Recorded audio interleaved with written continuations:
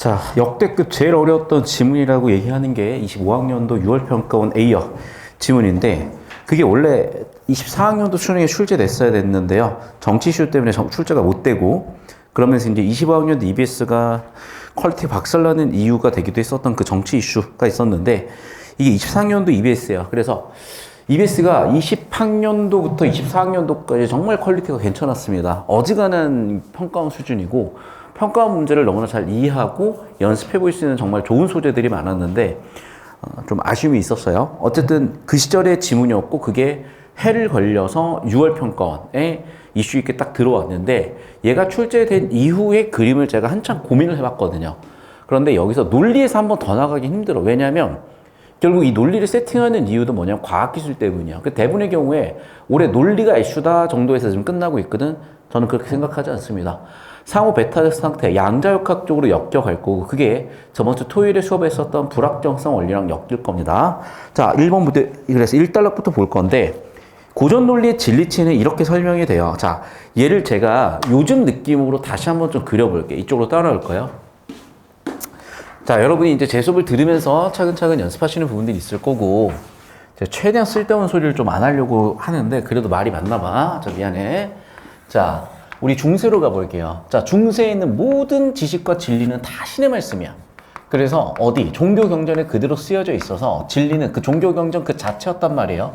그럼 이 당시에 진리라는 애들은 전부 다 어떤 성격이냐? 경험할 필요 없이 선험적이죠. 그리고 참거짓이 이미 신의 말씀에 의해서 확정이 되는 연역적이란 말이에요. 그래서 선험적 명제고 연역적 명제들이었던 거야. 당연히 선험적 명제고 연역적 명제는 신의 말씀이 전제에서 튀어나온 결론. 그래서 신의 말씀이 참이니까 결론도 참일 수밖에 없는 거죠. 즉, 여기는 참거짓을 전부 다 뭐로 따질 수 있었던 거야? 신의 말씀으로 판정할 수가 있었던 그런 집합이었던 거예요.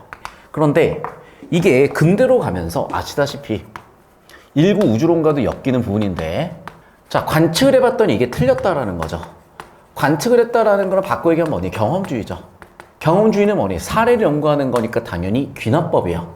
그래서 이때부터 어떤 명제들이 생겨나기 시작을 하니? 경험적 명제들, 그리고 귀납적 명제들이 생겨나기 시작을 해. 그리고 당연히 경험의 결과 기존의 게 맞네 틀리나는 참거짓도 판별이 가능했던 거야. 근데 문제가 생겼죠. 왜? 도덕이라 하면 누구 뜻대로 사는 거에서 신의 뜻대로 사는 거였단 말이야. 그러면 이제 신의 뜻이 절대적으로 참이라는 게 안 보이기 시작을 하는 이 시대에 도대체 도덕을 우리는 어떻게 맞는지 틀린지 판정을 할 것이냐의 문제가 생겼죠. 자, 그 부분에 대해서 현대에 와가지고는 어떤 답을 해주는 거냐? 얘는 참거짓을 판정할 수가 없다라고 판정을 하는 게 바로 에이어의 주장이에요. 에이어가 이렇게 주장한 이유는 뭐냐? 얘네는 이성적 정보지만 여기는 감정적 정보이기 때문에 어떻게 인간의 감정을 옳고 그름 판정할 수 있겠니? 라고 얘기를 하는 거야. 그래서 여기는 감정이기 때문에 판정 불가다라고 얘기했고, 이게 바로 가지문이었어요. 그런데 나지문에서 전건긍정 규칙이 나오거든. 그럼 나지문에서 전건긍정 규칙이 나오면서 설령 감정이라 할지라도 얘를 판정할 수 있는 영역을 열었고, 그 과정에서 참 동시에 거짓이라든지 참도 거짓도 아닌 애들을 얘기를 해. 이런 진리치들을 얘기를 해. 자, 그럼 이 진리치에서 우리가 벤 다이어그램을 한번 그려볼 거거든요. 자, 그러면 이제 뭐냐? 우리 중세에 있어서의 어떤 지식들은 근대도 마찬가지지만, 자, 이런 이미 참인 것에서 얘는 참 아니면 거짓을 분류해낼 수가 있었거든. 그걸 우리는 배준율이라고 할 수가 있겠죠. 그래서 귀류법 명제도 쓸 수 있었던 거야. 참이 아니면 거짓이니까, 거짓이 아니면 참이니까. 자, 물론 이제 여기에서 귀납법이 들어오면서, 야, 우리가 사례를 확인하지 못했기 때문에 모르는 정보도 있지 않겠어? 라고 하는 일부 언급도 있으나, 기본적으로 참 아닌 거짓 이문법적으로 갔다는 건데, 문제는 뭐냐면 어떤 상태가 생겨버렸냐? 이게 논리적으로 모순인 상황, 참 동시에 거짓인 상황이 생겨나. 그게 뭐였냐? 논리가 아니라 과학기술에서, 경험주의 과학기술에서 고전역학과 양자역학에서의 다툼이 생겨나요. 고전역학은 당연한 얘기지만, 야, 물체가 있고 없고가 어떻게 확률적으로 존재하니? 달이 있지 이 새끼들아 라고 얘기를 하기 시작하는 거고, 아니야, 슈레딩거의 고양이냐? 아무튼 달도 관측하기 전까지는 존재 여부를 말할 수가 없어. 확률적으로 존재해. 저 새끼들 미친 새끼들 아닌가? 라고 하면서 뒤지게 싸웠죠. 왜? 자, 우리가 불완전한 3차원, 4차원 존재이기 때문에 시간 여행을 상상하기도 힘들 뿐더러 이렇게 뭔가 상호 베타적 상태가 중첩되는 것들을 우리의 오감으로 인식할 수가 없으니까 우리 믿을 수가 없는 거야. 더군다나 미시세계 믿을 수가 없죠. 우리가 관측이 불가능한데. 그런데 문제는 관측이 되기 시작을 해요. 상호 베타적 상태가. 그러면서 이미 관측지가 상호 베타 상태가 공존되는 거야. 즉 참이면서 동시에 거짓인 게 공존되는 거야. 야, 이게 어떻게 되는 거지? 라고 하면서 입증을 하는 과정에서 논리에서도 이걸 설명해 줄 필요가 생겼던 거죠. 그래서 벤 다이어그램에 보면 이렇게 그려질 수가 있다는 겁니다. 자, 얘를 표 처리를 다시 한번 해볼게. 그래서 우리의 고전 논리나 우리 고전 역학을 설명을 하자면 이분법적이야. 존재하거나 존재하지 않거나입니다. 참이거나 참이 아니거나야. 좌거나 우고요. 존재하거나 존재하지 않거나야. 둘 중 하나 이미 결정되어 있는 거예요. 그런데 양자역학, 그 양자역학을 지탱할 수 있는 비고전 논리가 이 지문을 보시면 알겠지만 20세기 후반에서야 확립이 돼. 그래서 여러분 귀류법은 왜 개떡같은 논증이냐면 귀류법을 하려면요 이미 참거짓 진리치를 알고 있어야 돼. 우리 기류법 문제 보시면 알겠지만 죄다 루트 2를 유리수라고 가정을 하고 유리수가 아니니까 무리수라고 입증하고 있거든. 아니 세상의 수가 유리수 무리수 말고 다른 게 왜 없어? 있을 수도 있는 거잖아. 즉 무슨 얘기야? 닫혀 있고 우리가 충분히 정보를 알고 있는 상태에서 판정할 수 있는 되게 특수한 논리야. 즉 무슨 얘기야? 신의 말씀에 맞아떨어지냐 아니냐 같은 이 중세 시절에나 통했던 게 기류법 명제예요. 왜 여기선 기류법 명제가 통할 수가 없을 거냐? 대표적으로 이것 때문이야. 자, 참일 수도 있지만은 거짓일 수도 있어요. 이런 진리치가 존재해버리는 거야. 그럼 어떻게 되는 거니? 참이거나 참이 아니에요. 거짓이거나 거짓이 아니야. 그럼 경우의 수는 몇 가지가 나오는 거야? 이렇게 네 가지가 나오는 거예요. 그래서 이거를 벤 다이어그램 표현해 보시면 알겠지만 여기는 참 교집합 거짓이니까 참 동시에 거짓이 이거야. 자, 반면에 여기는 어떻게 돼? 참이 아니면서 거짓이니까 참이 아니면서 거짓이기만 한 거니까 우리가 일반적으로 알고 있는 오로지 거짓이기만 한 애들이 얘네겠죠. 자, 세 번째를 보시면요. 참이면서 거짓이 아닌 애들이잖아. 그러니까 참이기만 한 애들이야. 우리가 일반적으로 참이라고만 믿는 애들인 거죠. 그런데 나머지는 또 어떤 애들이 있어? 참도 거짓도 아닌 애들이 있는 거예요. 그러니까 무슨 얘기야? 자, 비고전 논리에서 새로운 진리치인 참 동시에 거짓, 참 아니면서 동시에 거짓도 아닌 애들을 규정할 수 있게 됐던 거고 이게 양자역학 세계를 설명할 수 있게 됐던 거고 과거 형제가 중첩돼서 모순적으로 존재할 수가 있니? 있죠. 5차원 세계에서는. 그게 인터스텔라 영화에서 보여줬었던 아버지가 현재와 과거를 넘나드는 동시에 내가 관찰자면서 관찰 대상이기도 하는 윤동주 자화상이 보이듯이 내가 있고 우물 속에 내가 있듯이 이해되셨어요? 내가 어떻게 나를 관찰을 하니? 그 자체가 모순이잖아. 그런데 그 모순적인 것을 물리적으로 논리적으로 풀어낼 수가 있는 거야. 여기까지 우리의 사고의 지평이 넓어져야 되는데 우리나라 아직도 중세 근대 현대가 섞여 있다니까. 여러분 이번 추석 때 제사 지냈죠? 귀신을 모시는 거잖아. 중세가 섞여 있어요. 그러니까 사실은 이게 평가원이 가지고 있는 문제인데 점차적으로 개선이 되어가고 있고 점차적으로 나아지고 있어. 지금 보면 유튜버들은 최소한 여기에서 여기로 넘어갔어. 그리고 귀신이 존재하지 않는다 같은 얘기를 한다든지. 근데 또 한편으로 요즘 MZ 세대들의 무당들이 생겼는데 다시 이쪽으로 또 가는 흐름도 있는 거야. 너무나 안타까운 거지만 어쨌든 사고의 지평은 계속 넓어질 것이고 그 격차도 벌어지긴 할 거야. 근데 이 배경 세팅을 하고 가는 이유가 이 지문을 미리 풀어온 학생은 제가 이 설명을 하는 이유를 아실 거야. 자, 이쪽으로 오겠습니다. 자, 그래서 고전 논리는 그 어떤 진술도 참 또는 거짓이다. 내가 이미 설명한 거죠. 참과 거짓은 모순관계니까 배중률이야. 다 이미 설명 끝난 거야. 자, 그런데 라고 하면서 갑자기 뭐냐? 참 동시에 거짓인 애들이 생겨요. 자, 왜 그럴까? 물음표 Q야. 그래서 글의 주제는 여기 나와 있는 거짓말쟁이 진술 기억입니다. 얘네는 뭐야? 고전 논리로는 설명이 안 되는 진리치야. 자, 배중률에 의해서 참 아니면 거짓이야. 얘의 진리치는 참 아니면 오로지 거짓이야. 자, 그러면 우리가 얘를 참이라고 가정했더니요. 거짓이 돼버리잖아. 어머, 잠깐만. 참이면서 거짓이 돼버린 거죠. 그러면 뭐야? 참이면서 거짓이 어떻게 돼? 모순율 위반이야. 왜? 모순되는 상황이 성립한 거잖아. 그래서 야, 그러면 거짓인가 보다. 그래서 참이 아닌 경우, 거짓인 경우야. 참의 여집합은 그 시절 논리로는, 고전 논리로는 거짓이지, 거짓을 가정했더니 어떻게 돼? 이 문장은 거짓이 되니까 또 참이 돼버리는 거야. 환장할 일이죠? 아니, 봐봐. 모순율이 뭐야? 참과 거짓이라는 동시 성립이 안 되는 애들. 그게 모순율이야. 그런데 참과 거짓이라는 애들이 동시성립 불가능한데 동시성립이 돼버렸어. 모순율 위반해버렸어. 글쩍글쩍. 어떻게 해야 되는 거지? 얘는 참도 아니고 거짓도 아니네. 참을 가정해도 거짓이 되고 거짓을 가정해도 참이 돼버리네. 즉 동시성립이네. 이런 걸 뭐라 그래? 논리적 역설. 즉 하나의 진술에 상호 모순되는 두 개의 진리치가 나오는 거 논리적으로 역설인 상황이 돼버린 거야. 이게 바로 글의 주제인 거죠. 이게 바로 글의 주제인 거죠. 거짓말쟁이 진술은 어떤 애들이야? 논리적 역설 관계가 나온 거야. 참을 가정하면 거짓이 되고 거짓을 가정하면 참이 돼. 이걸 뭐라고 한다? 거짓말쟁이의 역설이라고 한대. 글의 주제예요. 자, 다시 한번 진리치 얘기한다. 참 동시에 거짓이 생겨나버렸죠. 자, 그러면 이거는 문제지. 왜 문제야? 기존의 고전 논리에 설명이 안 되니까. 왜 문제야? 양자역학 같은 애들을 반박할 수 없으니까요. 양자역학에서는 고전 역학을 반박한 거야. 야, 존재해? 아니, 존재와 존재하지 않으면 공존하고 있어. 개떡 같은 소리를 하고 말도 안 되는 소리를 하고 있는 이 새끼들이? 라고 반박을 하고 싶은 거야. 그래서 누가 어떻게 반박을 했냐? 자, 그 반박한 첫 번째는 뭐냐면, 야, 이거는 애당초 니네가 잘못된 언어 형식을 써서야 라고 비판을 하고 싶은 거야. 그래서 3단락은 비판의 근거입니다. 그 비판 근거가 뭐냐면 언어 위계론이야. 내가 왜 알고 있는 듯이 설명을 하냐면 지문이 엮이면 기존 지문의 배경지시라고 그랬잖아. 그러면 우리는 봐봐. 23학년도 수능 대비하는 거 아니죠. 20학년도 수능 대비하는 거 아니죠. 우리 1486년 수능 시험 대비하는 게 아니라 2025학년도나 2026학년도를 대비하는 거잖아. 그러면 지금까지 나왔던 게 배경지식으로 이후의 수능에 엮여 있기 때문에 올해 입시까지 엮어서 올해 지문까지 엮어가지고 봐야 되기 때문에 지금 내가 해설이 좀 달라진 거야. 내년 내후년이 되면 또 달라져요. 왜? 또 새로운 지문들이 엮어 붙으니까. 자, 다시 돌아와서 그래서 언어 위기론은 뭐야? 비판의 근거야. 자, 다시 언어 위기론이라는 게 뭐냐? 자, 보시면 알겠지만 자, 한국의 수도는 서울이다. 와. 이 문장은 한국어 문장은 자기지시성 유무로 분류를 할 수가 있죠. 그래서 뭐라고? 자기지시성이 있다는 거야. 즉 거짓말쟁이 역설에 나오는 지문의 이 문장의 특징을 보니까 얘는 자기지시성이 있다는 얘기야.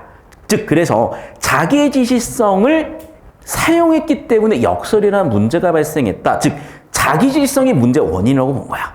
그래서 뭐라고? 언어 위계론에 따라서 얘는 애당초 자기지시성 때문에 생긴 역설이지 자기지시성 자체가 있으면 안 되는 거야 라고 비판하고 싶었던 거예요.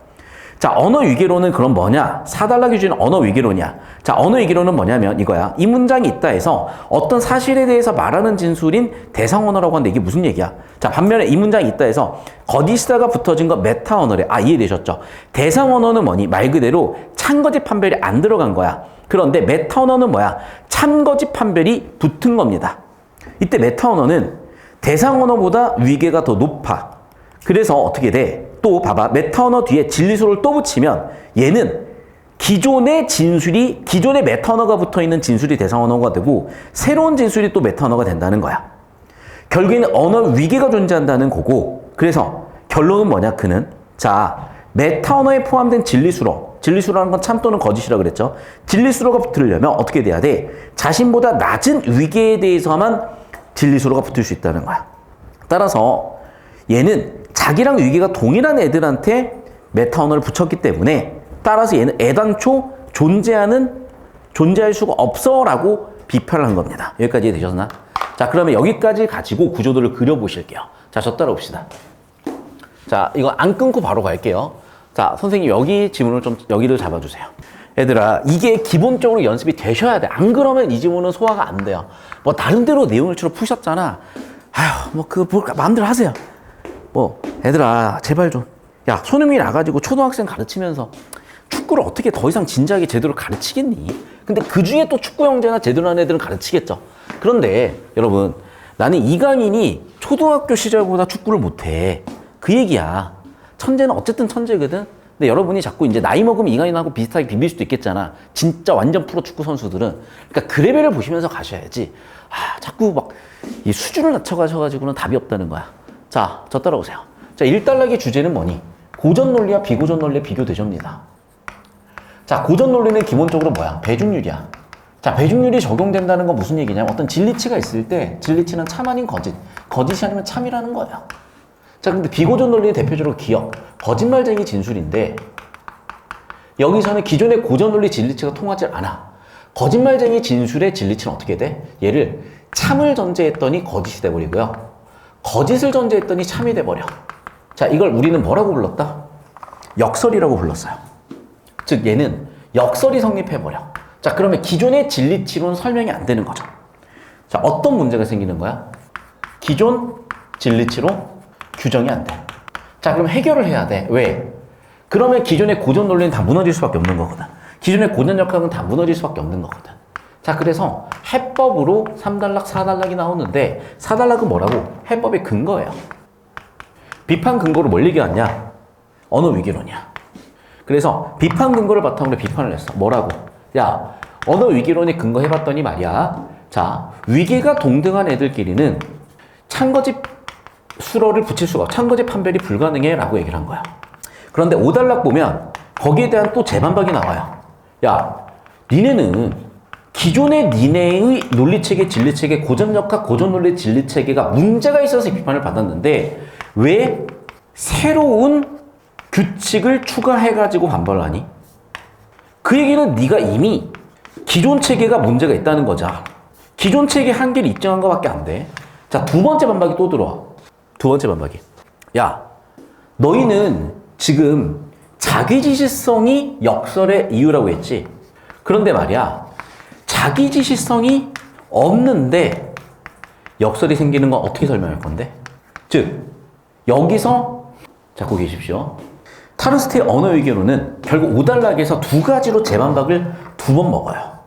자, 근데 여기서 중요한 건 이거다. 좀 이따 5단락 읽어봐야 되겠지만은. 자, 여기서도 경우의 수 몇 가지야? 경우의 수 몇 가지야? 내가 밑줄 친 거 경우의 수 몇 가지? 배운 거 그대로 써먹으시면. 여기서도 경우의 수 4가지야. 어떻게 4가지인데? 봐라. 자기지시성이 있냐? 자기지시성이 이게 잡힙니까? 없냐? 여기 단락 여기 딱 끊으시면 잡혀요? 자기성이 있냐 없냐 유무 가지고 분류를 할 수가 있죠. 두 번째는 뭐야? 역설 유무로 할 수 있어. 이해되니? 내가 이걸 왜 강조하는지 알겠죠?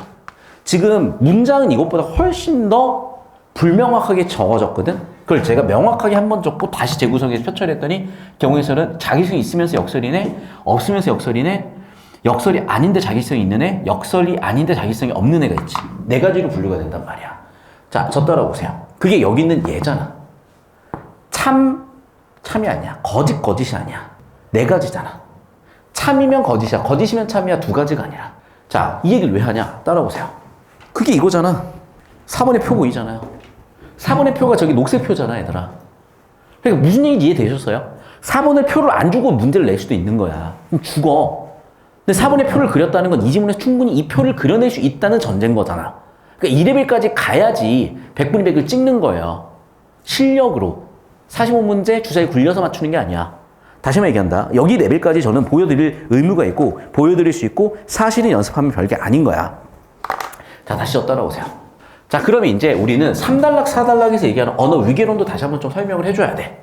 자, 그래서 언어 위계론에 대한 설명을 하면 이거야. 자, 예를 들면 일단 언어 위계에서는 첫 번째 개념한 건 뭐냐면 이 문장이라는 표현이 자기지시성이 있다는 거야. 근데 이 자기지시성이 왜 문제냐면 자, 자기지시성이 있는 애들은 찬거지 판별이 불가능하다는 거야. 왜? 자기 자신을 판별하잖아. 위계가 동등하다는 건 무슨 뜻이냐면 자기지시성이 있다는 거야.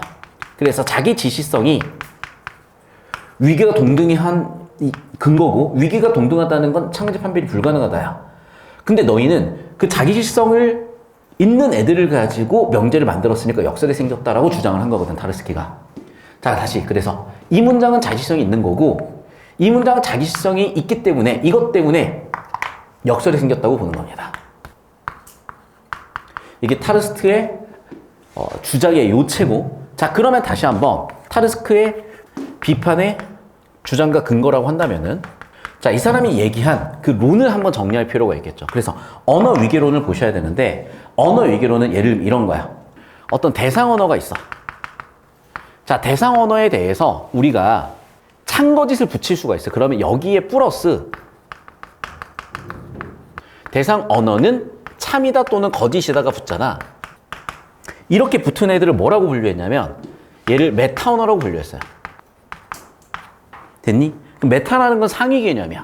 그래서 정리하면 대상 언어가 있었을 때 대상 언어는 하위 개념이고 메타 언어 상위 개념으로 찬거짓이 붙으면 메타 언어가 된다고 주장을 한 거야. 여기까지 이해됐어? 자, 그런데 봐봐. 이미 메타 언어가 됐죠. 얘를 한 번 더 메타 언어와 분류가 가능하다는 거야. 자, 그럼 봐봐. 이 메타 언어에 대해서 다시 한번 내가 메타 언어를 붙일 수가 있어. 자, 그럼 이렇게 해볼게요. 얘를 저는 A라는 명제라고 해볼게. 자, A는 참이다 또는 거짓이다라고 했다. 자, 그러면 이 노란색 얘를 A는 참이다 거짓이다를 다시 한번 저는 B 명제라고 해볼게. 자, 그러면 다시 B는 참이다 거짓이다가 붙잖아.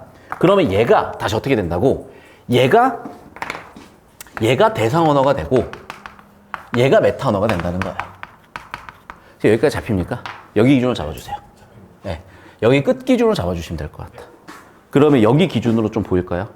안 보이나? 오케이. 자, 여기까지 필기하면 하시면 되겠다.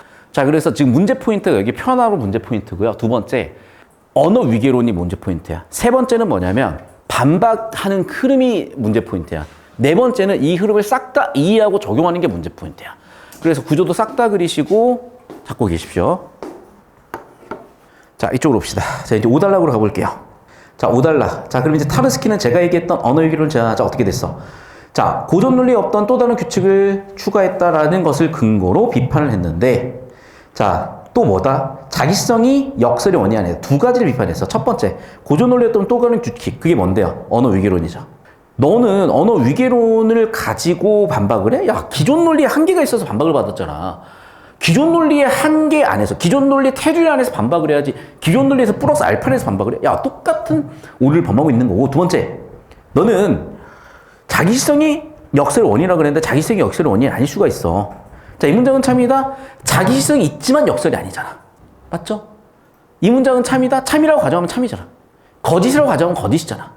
이 문장은 참이다는 자기성이 있지만 역설이 아니잖아.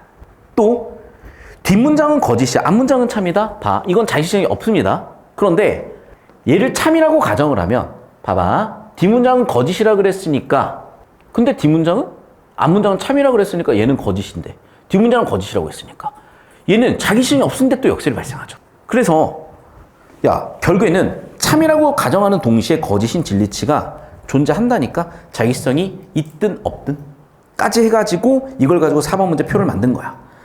자, 그래서 마지막 이제 5단락. 20세기 후반이 되면 어떻게 되는 거야?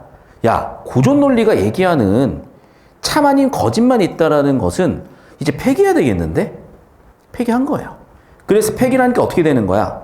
참도 아니면서 거짓도 아닌 진리치가 나온 거죠. 자, 프리스트는 참이면서 거짓인 진리치도 있는 거지. 자, 그럼 저 따라오시면 결국 최종본으로 여기 기준으로 잡아주시면 돼요. 얘가 성립한다는 거. 이해됐니? 그래서 지금 봐봐. 크리키는 뭘 주장한 사람이야? 이게 존재한다고 주장한 사람이야, 크리키는. 그 다음에 프리스트는 어디를 주장한 사람이야? 여기를 주장한 사람인 거죠. 결국에는 참 아니면 거짓만 존재하는 귀류법은 고전 논리에서는 존재하는 거야. 그러니까 나랑 인터넷 댓글로 싸우는 사람들은 아직도 중세 사람들이야. 고전 논리만 얘기를 해. 근데 경험주의를 나가지도 못했어, 진짜. 그래서 사례 하나 가지고 문법, 원리 뽑아내는 걸 못한단 말이야. 그러니까 아직도 여기에 매몰되어 있는 거야. 왜냐면요, 이런 거다.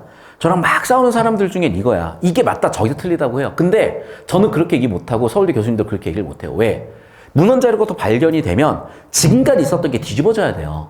그러니까 지금 우리가 참이라고 믿는 모든 명제들은 확률적으로 참에 가장 가까운 거지 참이 아니야. 그러니까 이걸 맞다라고 주장하면 안 돼요. 자, 그럼 우리가 맞다라고 주장하시는 근거는 뭐냐? 학교 문법, 교육 과정, 수능 시험 범위인 거야. 그거에 전제봤을 때는 참인지 거짓인지 얘기할 수 있는데 웃긴 건 그것도 몰라. 교육 과정도 모르는데 자기가 맞대. 그러니까 진짜 머리가 깨져 있는 거야. 완전 중세 꼰대야. 근데 이게 문제가 뭐 고3 재수이라고 다른 줄 알아요? 아니야. 내가 봤을 때는 나이가 문제가 아니야. 그냥 뇌 가소성이 떨어져 있는 애들은 꼰대가 되는 거고 나이 90, 190, 290 드셨어도 뇌 가속이 있는 분들은 3살 먹은 어린아이보다 더 빠릇빠릇하신 거야. 되셨죠, 여기까지. 자, 정리하시고 느낌 잡으셨으면 이제 문제 풀어보겠습니다. 이쪽으로 올게요. 자, 타르스키 관점에서 기억을 설명해 보잔다. 자, 타르스키는 뭐라 그랬냐? 언어 위계론으로 기억을 반박했죠. 자, 기억은 진리수로를 포함하고 있지 않다. 기억은 이 문장이 있다보다 위계가 낮다. 3번. 기억 뒤에 거짓을 덧붙이면 대상원에 똑같이 한다. 자, 결국엔 무슨 얘기야? 언어 위계론에 대한 얘기인데, 자, 기억. 이 문장은 참이다, 거짓이다, 참거짓이 붙어 있으면 그게 진리수로잖아. 진리수로는 뭐니? 참이나 거짓이라는 얘기가 있는 게 진리수로죠. 자, 니은. 다시 2번 선지. 이 문장이 있다보다 위계가 낮다고요, 기억이? 위기가 높죠. 왜? 진리수로가 붙어 있으면 위기가 높잖아. 됐니? 그러니까 1, 2번 선지는 뭐야? 언어 위기론을 이해하면 판단이 되는 선지들이야. 자, 3번. 3번. 기억 뒤에 거짓이다를 덧붙이게 되면 기억은 대상원에 속하지 않게 된다. 봐봐. 기억에 거짓이다를 덧붙이게 되면 기억은 대상언어가 되면서 덧붙인 애가 메타언어가 된다 그랬잖아. 맞니? 3번도 틀렸고 4번. 거짓이다가 이 문장을 언급한 것이라고 본다면 역설이 어떻게 소화돼? 그런데 언어 위기론에 따르면 가능하죠. 왜? 자, 봐봐. 지금 타르스키 언어 위기론은 뭐야? 원래 이 문장이 있다라는 자기 지시성이 문제의 원인이라는 거예요. 즉, 이 문장에 있다라는 자기 지시성 때문에 어떤 문제? 역설이라는 문제가 생긴 거야. 됐니? 그래서 정답이 4번인 거거든. 자, 내가 설명을 해줄게. 최대한 너희 눈높이에 맞춰가지고 잘 봐. 잘 봐.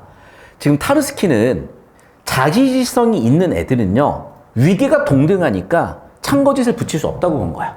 즉, 얘가 지금 참거짓을 얘기했잖아요. 얘가 지금 참거짓을 얘기한 이유는 뭐야? 다시, 얘가 지금 참거짓을 얘기했다? 근데 위기가 동등하니까 참거짓을 얘기할 수 없는데 참거짓이 있다고 얘기했으니까 애당초 존재하지 않는 명제가 된다는 거예요. 자, 마지막 5번 선지입니다. 기억 뒤에 참이다를 덧붙여 새로운 진술을 만들면 기억 때 포함된 거짓이다는 새로 만들어진 진술을 봐봐. 4번하고 5번은 똑같은 거야. 얘는 다시 한번 얘기한다. 봐. 위계가 동등하면 타르스의 주장은 뭐야? 위계가 동등한 명제에 대해서 메타언을 추가하는 것은 불가능하다. 참거짓 진술을 추가하는 건 불가능하다야. 여기까지 이해됐니? 5번 선지 봐라. 기억 뒤에 참이다를 덧붙여 새로운 진술을 만들면 기억에 포함된 거짓이다는 새로 만들어진 진술에 대해서 언급할 수가 없다잖아. 그런데 언급을 해놨으니까 애당초 존재하지 않는 거야. 그래서 어차피 역설은 존재하지 않아라고 해소할 수 있다는 거야. 그러니까 사실 4번, 5번이 같은 선지예요. 그러니까 이해가 안 되는 학생들은 저랑 같이 철학이랑 논리학을 차근차근 따져오셔야지 수학에 지금 미분, 적분, 개념 단어가 내가 30번 킬러 문제 풀고 있는 거라고. 수학처럼 이게 미분이다, 적분이다, 킬러다라고 안 정해진 것 같지만 정해져 있고 여러분이 그걸 왜 모르냐? 전 국민이 미분 배운 다음에 적분을 배워요. 근데 국어는 전 국민이 작품 단위로 배워. 전 국민이 지문 단위로 배워. 커리큘럼이라는 게 존재하지 않아 생긴 문제인데 아니요. 커리큘럼 있습니다. 제가 패스릭의 흐름 잡아놓은 게 커리큘럼이야. 커리큘럼 흐름을 따라오셨어야 돼. 자, 2번 문제 볼게. 문맥상 니은의 의미로 가장 적절한 것은? 자, 니은이 뭔데? 고전 논리에 없던 또 다른 규칙, 그게 뭐야? 바로 언어 위기론이죠. 언어 위기론이 뭐야? 메타 언어나 대상 언어로 언어의 위계를 분리한 거죠. 그래서 1, 2번은 글의 주제에 따라서 핵심 원리 이해하셨으면 문제가 풀렸을 거고 이제 메인 디시로 거짓말쟁이 진술까지 나가면서 1번 선지. 크리키는 배중률에 부합하는 사례로 자, 봐봐. 크리키는 배중률이 존재하지 않는다. 참 동시에 거짓일 수도 있고 참도 거짓도 아닐 수도 있다라는 배중률이 부합하지 않는다. 부합하지 않는다를 주장하고 싶은 거고 그게 프리스트의 참 동시에 거짓인 거잖아. 참 동시에 거짓이 존재한다. 뭐가 성립하지 않는다? 모순율이 성립하지 않는다. 배중률이 성립하지 않는다. 맞죠? 그래서 모순율이 반드시 적용되지 않는다. 오케이죠. 그게 바로 뭐야? 거짓말 진술이죠. 2번 마무리 끝이네. 됐습니까? 다른 선지 질문 있으면 할게. 다른 진술이 있으면. 근데 타르스카 크리키는 각각 공통으로 볼 수가 없어. 애당초에. 자, 그리고 넘어가서 자꾸 이제 4번, 5번 푸는데 여기서 발목 잡히면 아예 이해가 안 되니까 4번으로 갑니다. 자, 4번에 제가 표 그렸던 거 기억나시죠? 자, 그럼 봐봐. 자기 지시성이 있으면서 역설은 아까 얘기했던 이 문장은 거짓이다야. 반대로 자기 지시성이 있는데 역설이라는 거는 지문에 나와 있는 예시대로 이 문장은 참이다야. 참이라고 가정하면 참, 거짓이라고 가정하면 거짓이 나오니까. 자기 지시성이 없는데 역설이 내는 뒷문장은 거짓이다. 앞문장은 참이다야. 자기 지시성도 없고 역설도 아닌 애들은 일반적인 문장들 뒤에 되게 많을 거예요. 그래서 지문에 나와 있는 예시만 가지고 세 칸을 채울 수가 있단 말이야. 자, 그러면 이제 고전 논리 관점에서 1번 선지 볼 건데 A에 해당하는 진술을 참이라고 가정하면 거짓이 되고 거짓을 가정하면 참이 된다라는 이단락 글의 핵심 원리를 이해하셨으면 보이셨고 지문의 핵심 원리 이해에서 보기 내용을 이해하는 전형적인 1번 선지 유형 그대로입니다. 2번 선지 뒷문장은 거짓이다 앞문장은 참이다는 아까 5단락이었냐 4단락이었냐 5단락의 반박의 예시로서 자기 지시성이 없음에도 불구하고 역설이 있는 경우죠. 그러니까 B로 분류하시는 거야. 자, 제가 수업 시간에 매일같이 중요하게 강조하는 게 뭐냐면 정보 분류의 기준을 잡자는 겁니다. 정보 분류의 기준이 잡히셨어야, 표를 그리실 수 있으셨어야 정답 2번이 쉽게 보인다는 겁니다. 자, 3번 선지 갑니다. 이 문장은 한국어 문장이다는 자기 지시성은 있는데 역설이 아니니까 얘는 C의 자리라고. 이제 얘들아, 지문에 안 나와 있는 정보 분류도 해봐. 자, 신라의 수도의 경주이다. 자기 지시성도 없고 역설도 아니니까 D로서 확장해서 4칸을 전부 다 이해했으니까 끝판왕 정답 5번까지 사고를 끌고 간 거야. 1번부터. 자, C와 D에 해당하는 진술은 진리수로를 포함하지 않는다. 자, 봐봐. 진리수어를 포함할 수도 있고 포함하지 않을 수도 있죠. 당장도 봐. 이 문장은 참이다. 진술을 포함했잖아. 이해됐니? 그래서 정답은 5번 너무나 쉽게 보였지만 1, 2, 3, 4번에서 이미 터진 거야. 이해가 안 되는 애들은. 자, 여기까지 결국 5번까지 오기 위한 거야. 그러니까 5번에서 왜 뒤졌고, 이게 작년 킬러에서, 근데 이제 문제가 뭐냐면 이제 오르비도 제가 오르비 글을 썼는데 댓글에 그게 달리더라고요. 노베이스 커리를 짜달래. 깜짝 놀랐어요. 오르비에서 노베이스 커리를 짜달라고 할 정도로 망했구나. 오르비가 지금 거의 옛날 글 리즌에 비하면 5분의 1, 10분의 1인 것 같다. 맞지? 다 유튜브로 왔어요, 지금. 더 이상 거기서 글 쓰고 애들이 보질 않아. 그리고 옛날엔 최상위권 등살 때문에 진짜 오르비가 맨 처음 어떻게 만들어진지 모르죠. 인서울이라는 표현이 원래 왜 인서울이냐면, 잘 들어야 돼. 우린 인서울 대학이 인서울이잖아.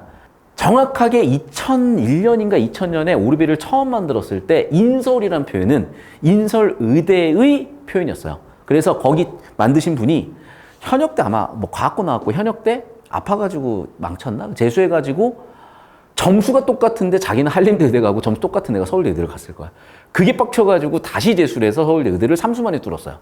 그 사람이 만든 게 오르비였어요. 그러니까 이미 뭐 솔직히 엘리트시하고 선민사상 막 꽉 차 있는 애들이야. 그러니까 얘네들은 100분이 99.4 뜨면요, 100분이 99 뜨거든. 존나 무시했던 애들이야.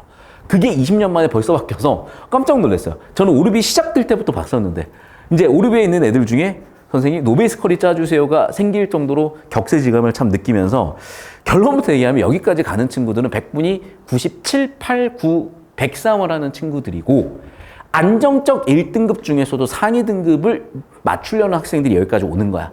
그러니까 여기를 이해하면 당연히 실력적으로 많은 큰 도움을 되는데, 여기를 100% 소화한다는 방금 내가 얘기한 레벨이니까 너무 좌절하지 말라는 거. 최저만 한 3등급 맞춰도 되는 학생들이 사실은 대부분이 시험이기 때문에. 자, 고등학생 갑돌이가 모든 고등학생은 거짓말만 한다. T1이라고 진술할 경우 거짓말쟁이 역설로 분류하지만 아니라는 거야. 자, 봐봐. 이 지문으로 봤을 때 거짓말쟁이 역설로 정보 분류가 되면요. 자, 봐. 가정과 결론인데 참을 가정했더니 결론이 거짓이 나와야 되고요. 거짓을 가정했더니 참이 결론이 나와야 되는 게 바로 거짓말쟁이 역설이야. 그런데 A는 자, 지금 갑돌이 T1은요. 어디에는 속해?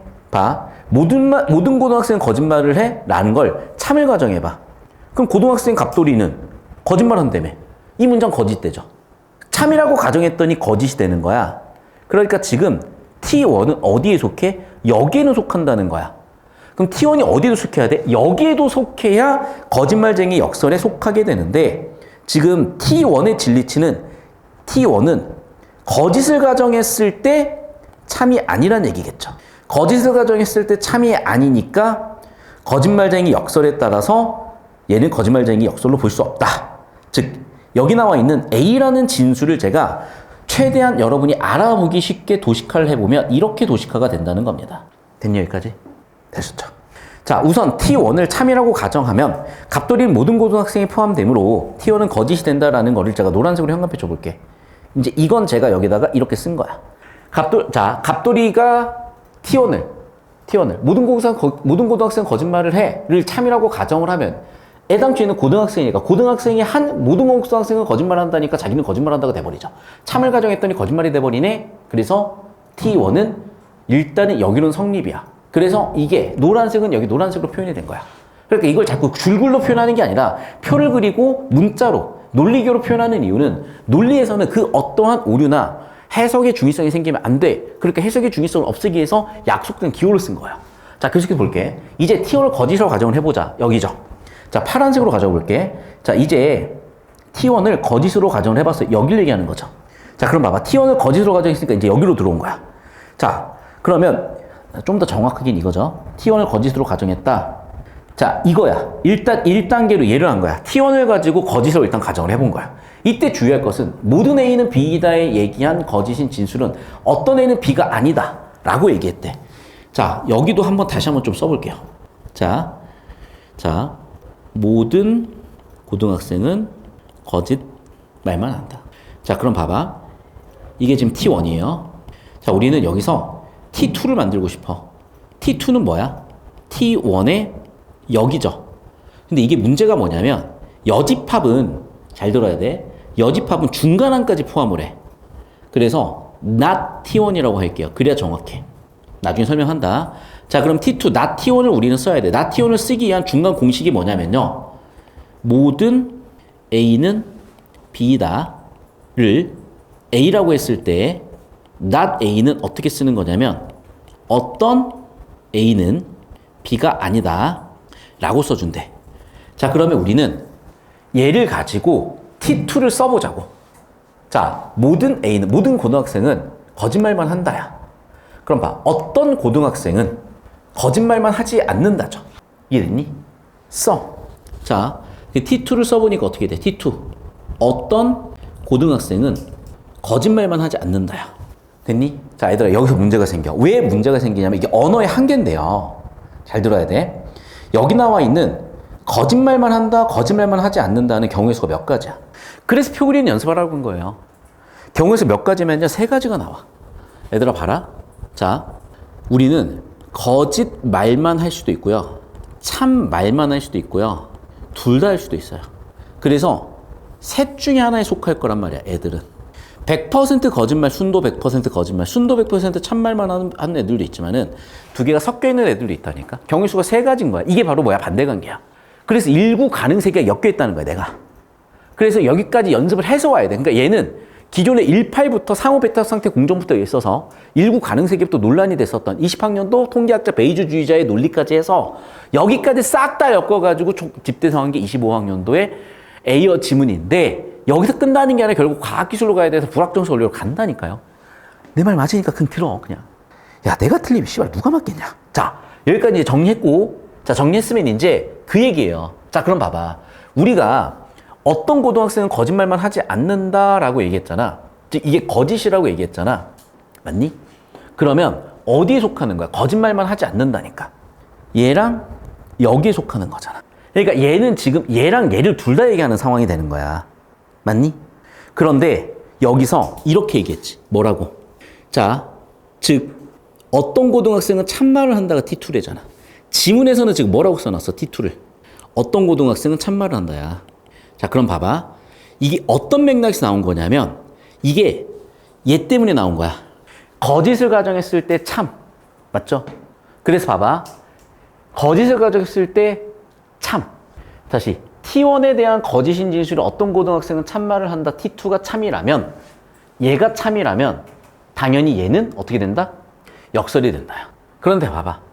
지금 T2는 엄밀하게 뭐야? 거짓말만 하지 않는다 이니까 참말만 한다도 있지만은 둘 다 한다도 되잖아. 즉, 뭐 때문에 얘는 역설이 성립하지 않는 거야? 여기 있는 사례 때문에 역설이 성립하지 않는 거예요. 이해됐니? 그래서 하지만 T2가 참이라고 단정할 수 없으므로는 여기 있는 거야. 얘 때문에 T2가 참이라는 걸 단정할 수 없다는 거야. 여기까지 됐어? 결국에는 뭘 찾는 거야? 정답은 얘 찾는 거야. 둘 다 얘기하는 애들이 있다는 거야. 됐니? 자, 이해가 분명히 안 될 수 있을 거예요. 이게 왜 안 되는 거냐면 이거야. 지금 어쨌든 평가는 최선을 다해 설명을 해줬는데 학습자가 받아들이는 양상에 따라서 이해가 될 수 있고 안 될 수도 있고 이건 저랑 질답을 통해서 그 간격을 메꿔가실 수가 있을 것 같아. 여기까지 필기 다 이해되셨고 정리 다 되셨죠? 자, 그럼 이제 답을 찾아보시는 건데 1번 T1과 T2에 고등학생의 갑돌이가 포함된다? 그러니까 봐봐. 이거는 내가 봤을 땐 그래. 선지를 어그로 끌려다니시면 안 돼. 선지를 어그로 끌려다니시면 안 되고 결국 여기에 속하는 게 뭐냐는 거야. 자, 봐봐. 화자가 누구야? 갑돌이잖아. 갑돌이가 한 말이야. 이해됐니? 자, 그럼 봐봐. 결국에는 우리가 여기 속하는 애들을 첫 번째, 갑돌이가 어디에 속하냐를 가지고 봐야지. 두 번째, 갑자기 갑돌이 친구 얘기도 나오죠. 자, 다시 한번 얘기한다. 어쨌든 저쨌든 여기에 속하는 걸 찾아야 돼. 그럼 봐라. 지문의 T2는, 보기의 T2는 어떤 고등학생은 참말을 한다라고 나와 있잖아. 맞니? 어떤 고등학생은 참말을 한다. 근데 봐봐. 참말을 한다는 사실은 참말만 한다도 되고 둘 다 한다도 되는 거야.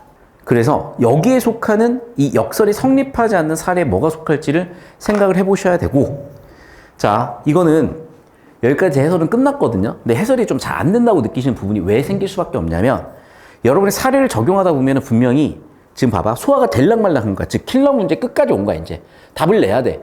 그런데 전체 흐름이 좌표해가 잡히는 거거든요. 그래서 일단 1차적으로 영상은 여기까지 할 거고, 이 문제에 대한 질답을 받은 다음에 추가적으로 보충 영상으로 덧붙여서 최종적으로 여러분이, 그러니까 제가 한 3명 정도 질답을 하다 보면은 여러분 어떤 부분에서 납득이 안 되고 소화가 안 되는지 보일 것 같아요. 질답을 받은 다음에 마무리 지을게. 영상 끊겠습니다.